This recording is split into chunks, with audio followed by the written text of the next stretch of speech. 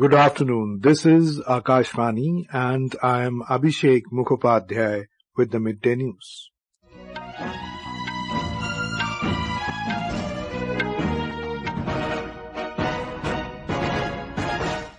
The headlines. Prime Minister Narendra Modi inaugurates SEMICON India 2024 in Greater Noida, assures that India will take every step to become semiconductor powerhouse. Prime Minister addresses International Conference on Green Hydrogen virtually, emphasizes that climate change and energy transitions are global concerns. President Droupadi Murmu confers upon National Florence Nightingale Awards 2024 to nurses at Rashtrapati Bhavan in New Delhi. Second Asia Pacific Ministerial Conference on Civil Aviation to begin this afternoon in New Delhi. And in hockey, India to clash with Malaysia in the Men's Asian Champions Trophy tournament in Hulunbuir, China today.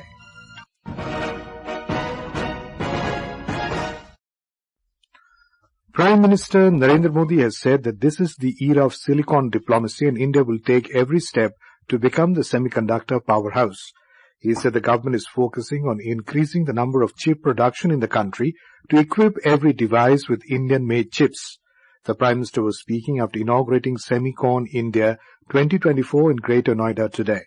During his address, the Prime Minister highlighted the various initiatives taken to boost the electronics and semiconductor industry in the country.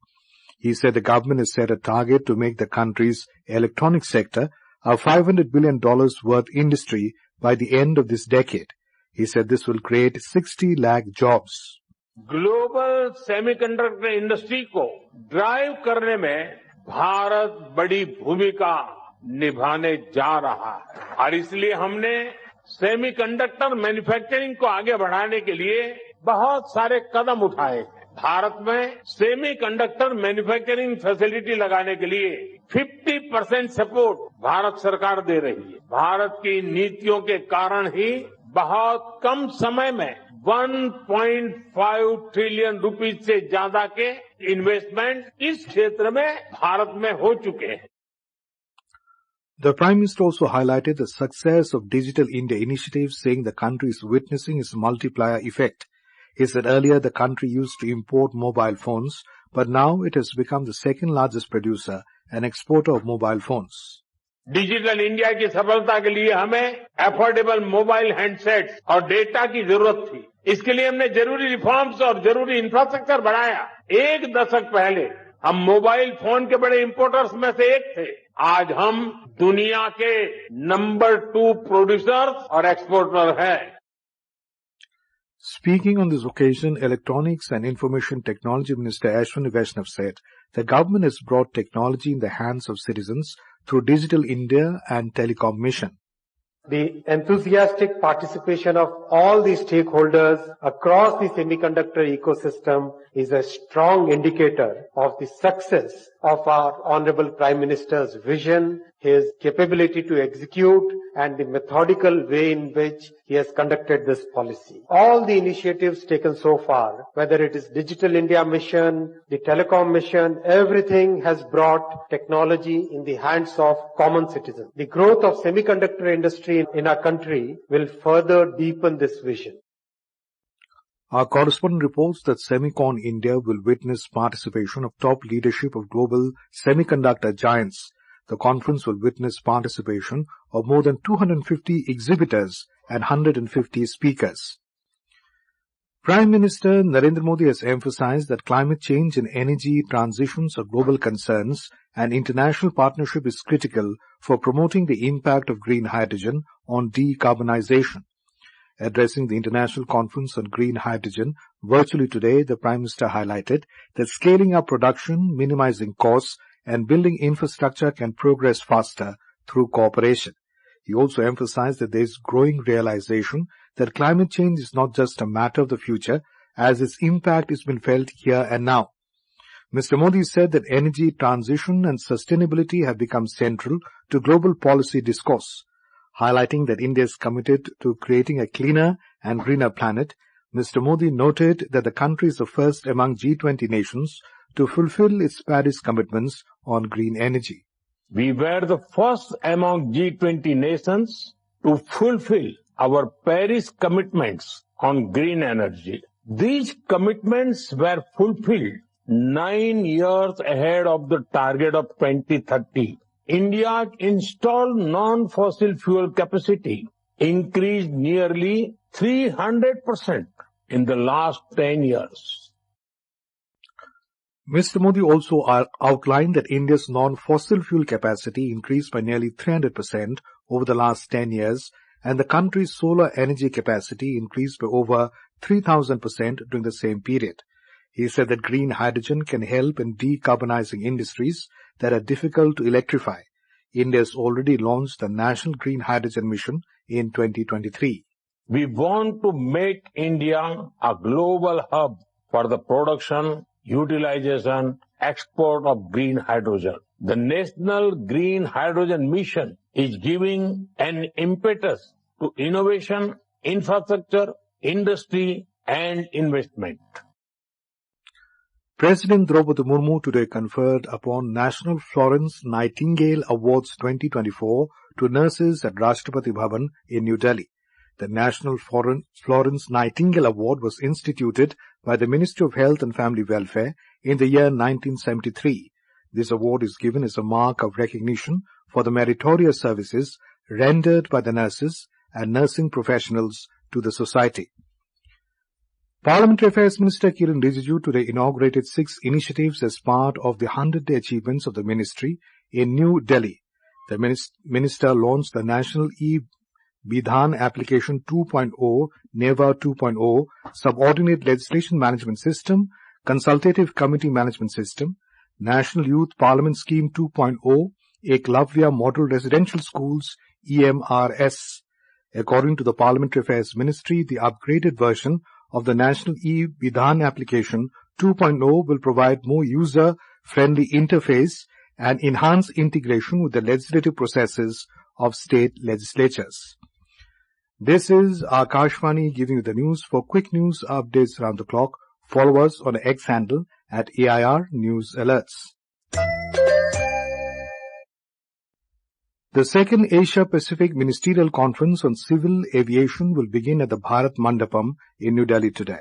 The International Civil Aviation Organization and the Ministry of Civil Aviation are co-hosting the 2-day event. India is the fastest growing aviation market in the world and is currently the third largest in the domestic segment. In the last decade, the number of aircraft in India increased from 400 to more than 800, and airports grew exponentially from 74 to 157.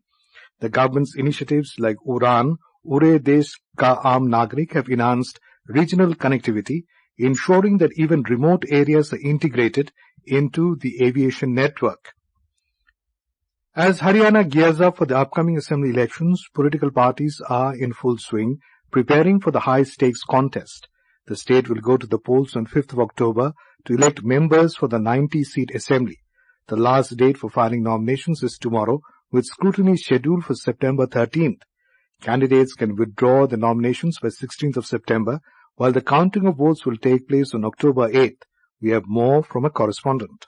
With only a day left for filing of the nomination, senior leaders of all political parties are filing their nomination today. Amongst prominent names are former Home Minister Anil Vitt, Speaker of Haryana Vidhan Sabha Gyanchand Gupta, Deputy Speaker Ranbir Gangua, Agriculture Minister Krishanpal Gujar, Finance Minister JP Dalal, and Senior BJP leader OP Dhankar. Congress leader and former Chief Minister of Haryana Bhupinder Singh Hooda and famous Olympian Vinesh Phogat and Vijender Singh will also be filing their nomination. Aam Aadmi Party leader Anurag Dhanda will also file nomination today. Meanwhile, Jan Nayak Janata Party in alliance with Azad Samaj Party has come out with the third list of 18 candidates. Aam Aadmi Party has also announced 11 candidates list. During the day, all parties would come out with the final list, as tomorrow being the last day to file nomination. Akanksha Saxena for Akashvani News, Chandigarh.